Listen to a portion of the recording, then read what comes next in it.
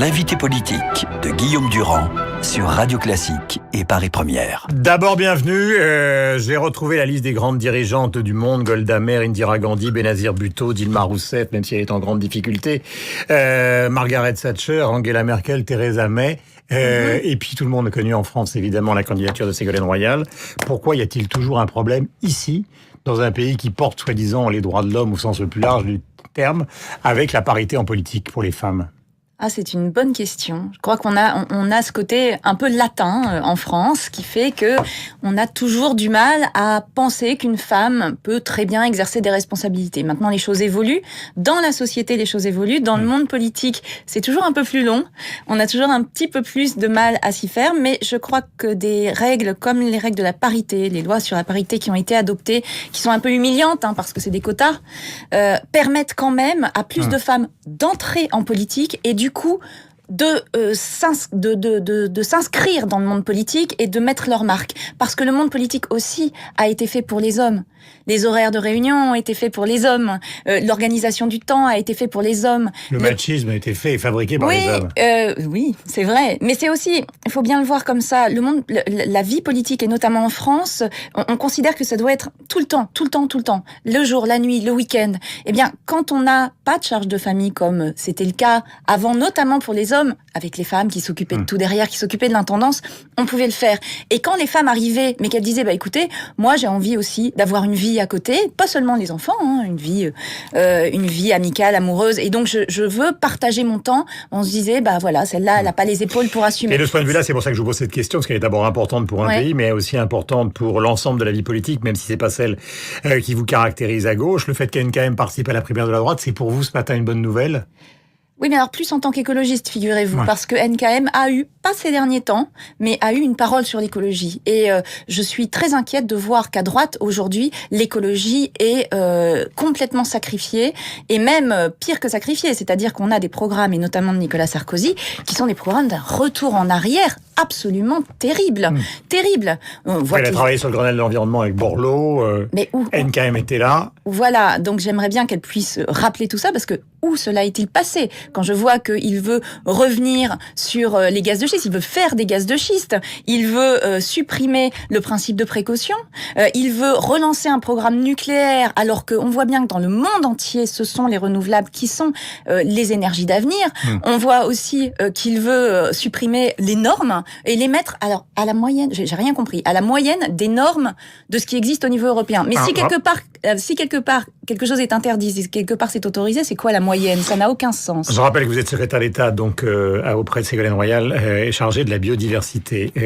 Questions, j'en ai très nombreuses, elles sont importantes. Est-ce que les primaires des écologistes sont utiles ou confinent au ridicule ? Voire à la perte de François Hollande définitivement. Alors attention, les écologistes aujourd'hui sont beaucoup plus nombreux en dehors du parti EELV que à EELV. EELV est en train d'organiser ses propres primaires de groupuscules. Moi, la question que je me pose toujours... Jadot, Duflot... Voilà, la question que je me pose toujours, c'est pourquoi faire ?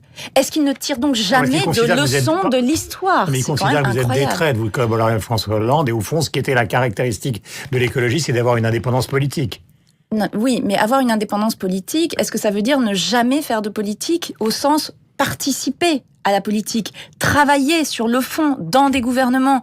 On a aujourd'hui ces personnes à Europe Écologie Les Verts qui ont un problème avec le pouvoir. Ils ne veulent pas être au pouvoir. Dans le cas du feu, elle a un problème avec Valls d'abord et avant tout. Non, elle a un problème global avec le pouvoir, et le problème c'est quand on ne veut pas exercer le pouvoir, eh bien laissons les autres le faire, mais dans ces cas-là ne faisons pas gagner ceux qui veulent tuer l'écologie. Donc encore une fois. Cette primaire vous paraît inutile et contre-productive pour la gauche en général.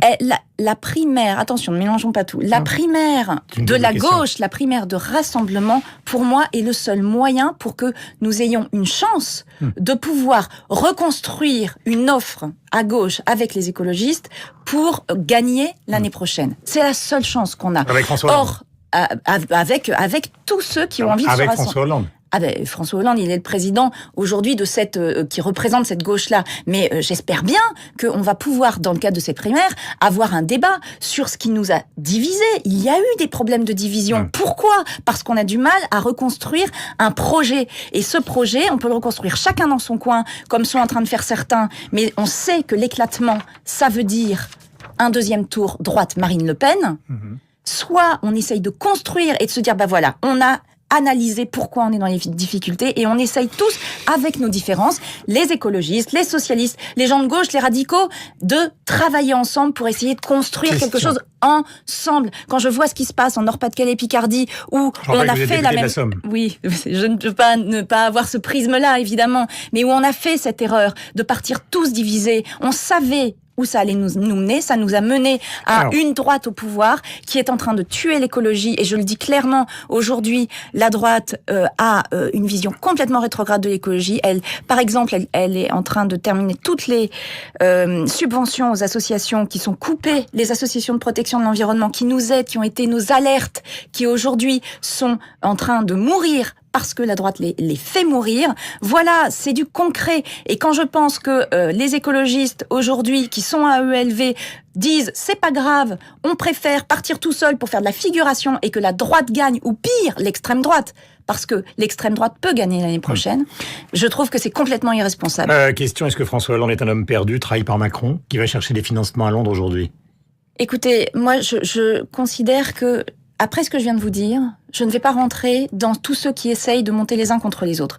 Macron, il a sa vision des choses, il a envie de porter un projet, et je considère qu'il a parfaitement le droit de le faire. Simplement, vu ce que je vous ai dit à l'instant, il doit venir dans le cadre du débat des primaires. Il l'a dit lui-même, il l'a répété, il se sent de gauche, il considère que la gauche doit se reconstruire. Eh bien, le débat des primaires doit aider à cela.